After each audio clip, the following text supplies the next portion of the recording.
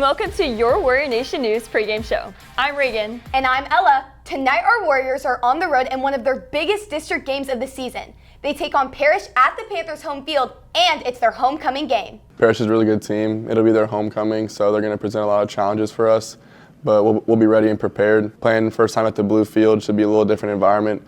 I'm really excited for it. We've been here before. We've played these type of teams, and you know, they're going to be motivated. They're really good, and I think this is an exciting game for us. I think my mindset more than anything is keep the guys relaxed and focused, and have fun playing football. A lot is riding on tonight's game, as the winner will be in the driver's seat to win district, which would mean a bye in the first round of playoffs and home field advantage. If we win this game, it'll set us up to get a first round bye and let everyone get healthy going into playoffs. So I think if we get that first round bye, we'll be set up to win another state championship. Both teams come into tonight's matchup undefeated in district. Parish is 3-0 in district play and 6-1 overall. Their only loss was against Fort Worth All Saints in their first game of the season. The Panthers have rattled off 5 wins in a row. They have an explosive running game and passing attack. Coach Witten knows this will be a tough challenge for our Warrior defense. They have 2 really good running backs. They have a good quarterback that can run the football. Their offensive line is big and strong. And then once you start locking in on their running game, they have a receiver that's going to play at Michigan. So he's a big-time player. He can run. He's strong. So I think they don't have any weaknesses, and so there's no areas that you can exploit or try to attack. We just have to play really disciplined. Their run game is a really big part of their offense, but I think we've had a lot of experience the weeks prior to this to where we can go out and execute and get a win. Yeah, I think this game is just another way to set the standard for us and let us know that we got a chance to do what we want to do. You'll remember we beat Parish twice last year, including the state championship game, which the Warriors won by a final score of 45-24. That game snapped the Panthers' run of 5 consecutive state titles. But this Parish team is loaded with talent. At least one poll has them ranked number 1 in the state for TAPS Division I, with our guys right behind them ranked number 2. But the players say rankings don't matter. It's not about what everyone else thinks, it's just about our team and knowing what we got to do. It's not about the opponent. Just play how we got to play, and I think we'll come out with the win. Rankings don't matter to us, and it just matters how we play and what happens on the field. Liberty is riding a wave of momentum after 4 straight wins, including last week's victory over our rival Prestonwood during our homecoming game. With Cooper Witten sitting out on the offense for most of the game due to a foot injury, several other receivers stepped up to fill the void. Now that we know that we can step up and everyone can make an impact on the game, it's like a really big deal. Some young guys stepped up like Cash McCourt, Graham. They all played really good, and now we have opportunities to win more games. Obviously, other guys have to step up. Graham Nixon had a big game. He caught 9 catches for 158 yards. And so anytime you lose that type of player, you know, it's hard to replace them. You can't replace them. And so we have to do it by committee, and a lot of guys have to step up. So it's good for those other guys that are in more supporting cast roles, get opportunities and then take advantage of it. And that's what good teams do.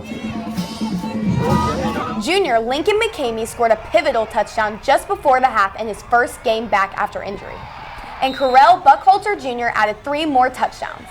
Quarterback Quinn Murphy had a career-high 339 passing yards. He says he couldn't ask for a better scenario with so many offensive options going into tonight's game. Yeah, it's a lot better when, you know, the offense can revolve around a lot more people.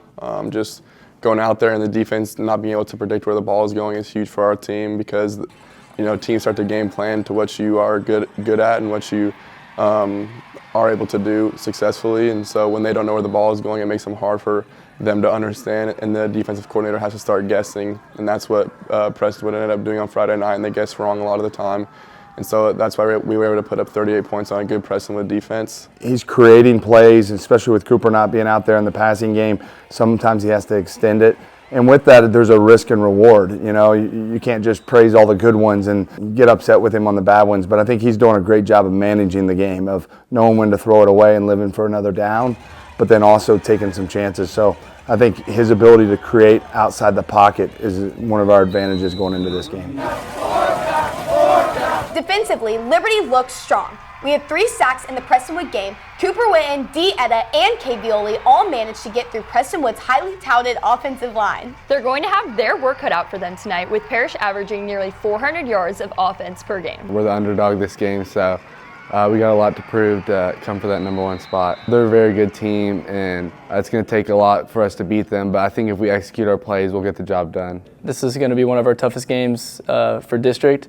So I'm excited, and I think we're going to perform really well. Parish is a program that knows how to perform under pressure. Since both teams have high-scoring offenses and multiple elite athletes, Coach Winton says this game is going to come down to discipline. One of the biggest things I think we can clean up is our discipline. We had a lot of penalties and mistakes that were self-inflicted more than anything else. And so if we can play a cleaner game, I think we'll have a chance to be successful. Defensively, offensively, false starts, PIs, all of the above. Just limit the penalties as much as we can and just play our game, to play to our strengths. And then we know we're the better team, and if we play to our strengths, then it's wraps. Tonight's game has caught the attention of our local CBS station. That's right. They chose this matchup for their game of the week, which means they'll be broadcasting live from Parish throughout the night. That's pretty cool. Okay, before we go, let's get a quick check of our Friday night football forecast. The high today peaked at 87 degrees. The low was 64. We're looking at clear skies tonight with a comfortable temperature of 81 degrees at kickoff. The wind could be a factor in the passing game, with forecasted gusts up to 23 miles per hour. All in all, it should be another beautiful night for some Texas high school football.